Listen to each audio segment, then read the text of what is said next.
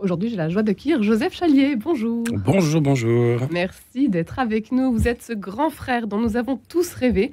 30 ans et déjà auteur de plusieurs ouvrages à succès. Lève-toi, relève-toi ou encore Soyez toujours joyeux et riez sans cesse aux éditions de l'Emmanuel. Aujourd'hui, vous publiez Sois fou, rêve grand et lance-toi, toujours aux éditions de l'Emmanuel. Joseph Chalier, pour commencer, pourquoi ce livre aujourd'hui ? Ce livre parce que depuis une dizaine d'années, j'ai l'expérience d'avoir été jeune, puis ensuite d'avoir été au contact de jeunes divers et variés, on pourra en reparler, et d'avoir très vite eu un truc avec les jeunes au niveau moi-même dans mon enfance, un petit deuil, on va dire, de repères, et qui s'est transformé, ça c'est la magie du bon Dieu, du temps et compagnie, c'est que ça s'est transformé en une vraie complicité avec les jeunes, et du coup en une pastorale assez développée, une passion d'avoir une attitude de grand frère très vite dès que je vois un jeune pour pouvoir l'accompagner un bout de chemin, celui qui veut le faire, quoi. Voilà. Et en fait, il y a 2 ans, j'ai envie de dire, ouais, c'est ça. Il y a 2 ans, j'ai eu l'occasion de donner un enseignement à 1500 jeunes, donc pas juste un jeune à la fois, comme normalement c'est comme ça qu'on accompagne. Et en fait, à la fin de l'enseignement, j'ai eu un petit déclic, quoi. Je me suis dit, oula, mais là, il y a un truc, peut-être que cette expérience acquise, etc., et puis reçue des autres surtout, de mes grands frères et mes grandes sœurs, peut-être que ça pourrait donner l'occasion d'un livre. J'en ai parlé à mon éditrice qui m'a dit banco, enfin on en a besoin, quoi. La jeunesse en a besoin. J'aime pas trop ce mot, je préfère parler des jeunes. Mais voilà. Donc ensuite on est parti, et en faisant lire le texte à des jeunes testeurs, voilà, ça s'est confirmé. Il y a besoin. Il y a un besoin aujourd'hui. D'encourager. Un besoin d'encourager. Je pense que les jeunes ont besoin beaucoup, là en tout cas me le disent, et maintenant des inconnus me le disent à travers le livre. Ils ont besoin d'être encouragés, ils ont besoin d'être. C'est aussi l'âge un peu normal de la vie, hein, d'être encouragé. Oui, j'ai peur, j'ai pas confiance en moi. Bah oui, en fait c'est normal, t'as pas fait tes preuves, donc c'est normal. Parfois faut rassurer un peu, mais aussi peut-être un peu spécialement avec. Il y a toujours distinguer ce qui est un peu de l'essence de notre vie et puis du contexte, quoi. Et il me semble que dans le contexte actuel, les différentes composants de notre société ne nous aident pas à avoir confiance en soi. Voilà, quand on passe sa vie à être jugé par une photo retouchée sur Insta, ou par quelqu'un qui est juste magnifique sur Insta mais qui est pris sous le bon angle, etc. Baladez-vous dans la rue, vous voyez des gens qui prennent des photos avec des positions complètement bizarres, et en fait on se dit ah bah oui, c'est pour être parfait sur Insta, mais en attendant ils ont l'air ridicules dans la rue. Donc je pense que les jeunes aujourd'hui ont besoin d'être un peu plus encouragés. Ils ont aussi beaucoup de grands désirs qui sont parfois un peu enfouis. Ils ont une éco-anxiété qui est voilà, ça fait un moment que c'est pas arrivé à la jeunesse d'avoir la fin du monde comme objectif. Ça c'est le confinement aussi. Voilà. Le confinement a encore plus accentué. J'ai envie de dire que le confinement ça a été juste un catalyseur ça a révélé quelque chose, ça a accéléré quelque chose, mais qui pour moi était complètement déjà prégnant.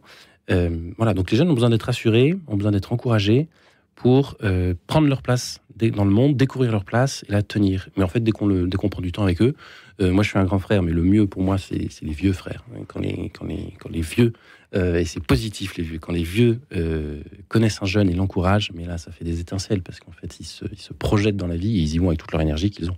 Alors ces jeunes dont vous parlez, Joseph Chalier, ils ont quel âge à peu près ? Vous les situez, vous avez une fourchette Oui, c'est toujours la général MacArthur disait que la jeunesse est un état d'esprit. En général, donc dès qu'on dit ça, c'est qu'on est vieux. Non, mais pour mon livre et par là où j'ai le plus d'expérience, voilà, c'était aussi par se dire en fait où est-ce que j'ai le plus d'expérience. Je ne vais pas parler des jeunes d'Asie, je les connais pas, j'ai jamais mis les pieds en Asie, voilà. Donc pour mon expérience, c'était davantage les 18-27 ans, on va dire, voilà, étudiants, jeunes pros. Bon, de fait, quand on est lycéen, on aime bien pris pour être plus vieux. Donc là, j'enchaîne les enseignements à partir de mon livre. À partir de mon livre, j'enchaîne les enseignements aux jeunes lycéens, voilà. Et puis j'ai des jeunes de 30 ans qui l'ont lu et qui ont bien aimé. Donc bon, voilà. Moi, c'est 18-25 ans, étudiant jeune pro, parce que c'est un peu cet âge pivot, un peu sas entre l'adolescence et l'âge adulte. On parle même d'adolescence. Voilà, moi c'est eux que je vise, parce que c'est ceux que j'ai côtoyés, que je côtoie, et que voilà, j'ai un tout petit peu d'expérience pour eux. Vous les invitez à prendre leur place dans cette odyssée, dans cette belle odyssée chrétienne.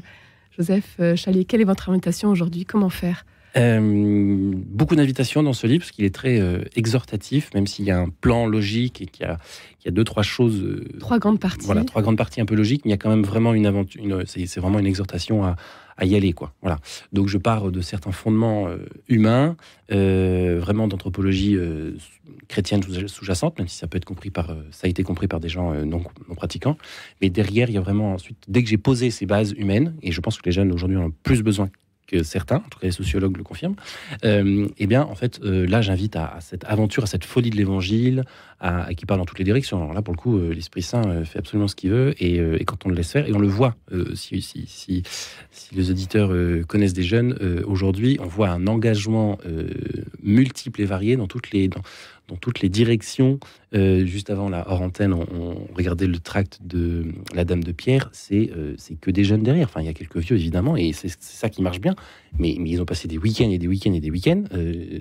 C'est extraordinaire, quoi. Voilà, ça part dans tous les sens. Voilà. Donc les jeunes, moi je les invite à vivre cette aventure. À la fois personnel, vraiment, de se mettre dans le monde, d'être dans le monde, sans être du monde, comme on dit, mais aussi communautaire, d'appartenir, je sais pas moi, à un groupe de quartier, à un groupe de paroisse, à un groupe, etc., etc. D'y aller ensemble.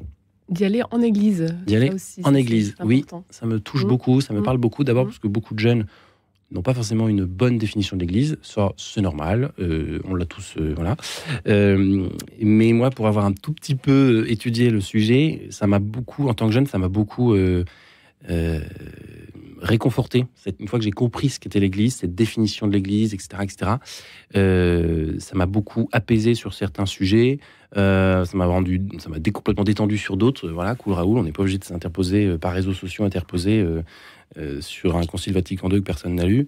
Voilà, ça m'a un peu posé, et donc je leur donne c'est dans les derniers chapitres, d'être saint, et juste avant, je crois, c'est d'y aller en église, parce que il me semble qu'on a besoin de frères et sœurs, et qu'on a besoin de grand-mère à l'église. Voilà. Et vous-même, ça part de votre expérience aussi, une expérience que vous vivez alors que vous n'êtes qu'adolescent. Oui. C'est vrai que dans le livre, je partage beaucoup mon expérience, parce que je me dis que c'est ce qui marche, enfin au quotidien, c'est ce qui marchait, donc on s'est dit qu'on allait faire pareil dans le livre. Il y a des sujets importants de la jeunesse que moi, j'ai pas forcément vécu, donc j'en parle pas. Voilà. C'est tout simple. Il y a des sujets où je peux donner un peu de mon expérience, où je peux donner des petits exercices pratiques que j'ai pu moi-même expérimenter, que des grands frères ou des grandes sœurs m'ont donné, que j'ai pu expérimenter. Je me suis dit, voilà, et puis ça fait des années que du coup je les donne aussi. Voilà, il y en a d'autres que j'ai inventés, j'ai vu que ça marchait, go, voilà. Donc oui, moi de mon expérience en église, c'est ça qui m'a aussi beaucoup... j'ai pu participer à des œuvres d'église absolument différentes. Je sais pas, d'organisation de forum des jeunes à Paris-Monial, où on a des milliers de jeunes qui viennent de toute la France, voilà, qui prennent 5 jours. Bon, là, il y a des JMJ qui vont arriver, donc ça donne un peu une petite idée de ce que ça peut faire. Ou bien, à l'inverse, d'aller avec quelques chrétiens en cité, faire de l'aide aux devoirs en maths à Abdullah et Mohamed, et à créer une amitié avec Abdullah et Mohamed. Voilà. Et tout ça, c'est en église. Voilà. Ça a pas, dans le quotidien, c'est pas du tout la même chose, mais c'est vraiment une œuvre d'évangile dans les deux cas. Il y a plein de belles choses qui se passent et qui se font, et on peut faire partie de l'aventure. Lève-toi, il t'appelle, vas-y. Confiance d'abord. Lève-toi, et puis il t'appelle. Ce sont les 3 grandes parties de votre livre, Joseph Chalier. Sois fou, rêve grand et lance-toi. Aujourd'hui, se lancer, ça veut dire aussi donc renoncer à notamment son portable. Ça revient souvent dans le livre. Lâcher un peu les réseaux sociaux, les écrans, et y aller. Se lancer dans... mettre ses chaussures de marche, si on peut dire. Voilà, mettre ses chaussures de marche, mettre ses baskets, ou y aller pieds nus, je m'en fous, peu importe si vous voulez être franciscain, allez-y pieds nus. Mais de vivre la vraie vie. Ça fait vieux ce que je dis, mais en fait, dès que je dis ça à un jeune, j'ai pas peur de passer vieux, et en fait, ça marche, quoi. Voilà. J'ai écrit un texte qui me dépasse un petit peu, ça s'appelle Les Béatitudes du portable. Kaletea avait... pardon, je fais de la pub pour un concurrent, mais non, on marche tous pour le bon Dieu. Mais j'avais... Et en fait, ce texte m'a complètement dépassé. Et il y a des jeunes qui attendent que ça, en fait. Je donne un petit exemple là, que j'ai pas mis dans le livre, mais voilà, dernièrement. Je suis allé donner un enseignement à Ars, donc qui n'est pas New York City, Ars. Voilà, pour ceux qui connaissent, c'est quand même... paumé au milieu de la campagne, très bien, avec des jeunes lyonnais, quartier chic, lyonnais, etc. J'aurais donné un enseignement sur mon livre, là, justement. Et en fait, le dimanche après-midi, l'activité prévue, c'était marche. Mais alors, il pleuvait. On était au milieu des champs. Bon, enfin, voilà, tout entre guillemets pour que on se dise ça va pas marcher avec des jeunes d'aujourd'hui. Et ceux qui avaient organisé ça ont vraiment un art absolument extraordinaire. C'est vraiment des éducateurs géniaux que je connais depuis longtemps. Et en fait, ils avaient vraiment réussi à les faire aller dehors, quoi. Et donc j'étais là, je voyais 10 adolescents ou 20, je sais plus, qui étaient dehors en train de chanter parce qu'ils avaient amené une baffe. Et donc ils écoutaient de la musique dehors, sous la flotte, entre trois vaches, sans portable, parce qu'on avait enlevé le portable pour tout le week-end. Et en fait, ça marche. Ils étaient ravis. Ils chantaient à tue-tête du Goldman ou de je sais pas trop quoi. Enfin, en plus des chants qui sont pas du tout de leur âge. Mais parce qu'en fait, on était avec eux et parce il y a une confiance qui s'est créée petit à petit. Et donc cette aventure, ils l'ont osé et ça leur a fait beaucoup de bien, selon certains. Donc, qui se rendent compte, ça veut dire que voilà, ils ont tout en eux. Hein. C'est à nous d'accompagnateurs, de tuteurs entre guillemets, de les aider. Oser donc se lancer. Heureux qui ose se servir de son portable et non le servir, il prendra sa vie en main. Les béatitudes du portable à retrouver dans votre livre Sois fou, rêve grand et lance-toi. Joseph Chalier, pour terminer, est-ce qu'il y a il y a de nombreux témoignages, bien sûr, de figures dont vous parlez dans votre livre. Une figure, peut-être aujourd'hui, une figure qui vous a inspiré, qui vous a aidé quand c'était plus difficile, peut-être, pour terminer. Oui, je vais en dire une qui n'est pas dans mon livre. Il s'appelle Gabriel. Il est consacré dans les manuels, éducateur dans l'âme, voilà. Et ça a toujours été un grand frère. Voilà, et c'est quelqu'un qui a été une balise plusieurs fois dans ma vie. Voilà. Le grand frère, c'est celui qui est capable de mettre la main sur l'épaule, de remuer un peu, de mettre la main sur l'épaule pour consoler quand il faut, pour donner un petit coup, pour encourager, etc. Don Bosco disait, voilà, Gabriel Don Bosco, parce que Don Bosco quand même, voilà, on y revient. Don Bosco disait qu'on pouvait, voilà, s'intéresser aux jeunes, aime le jeune, assure-toi qu'il sache que tu es aimé, parce que c'est pas pareil. Et une fois que qu'il sait que tu es aimé, là, s'il faut, tu peux lui donner un coup de pied. Voilà. Donc c'est pas avant. Et c'est vraiment en ayant aimé et en étant assuré que le jeune sache qu'il est aimé.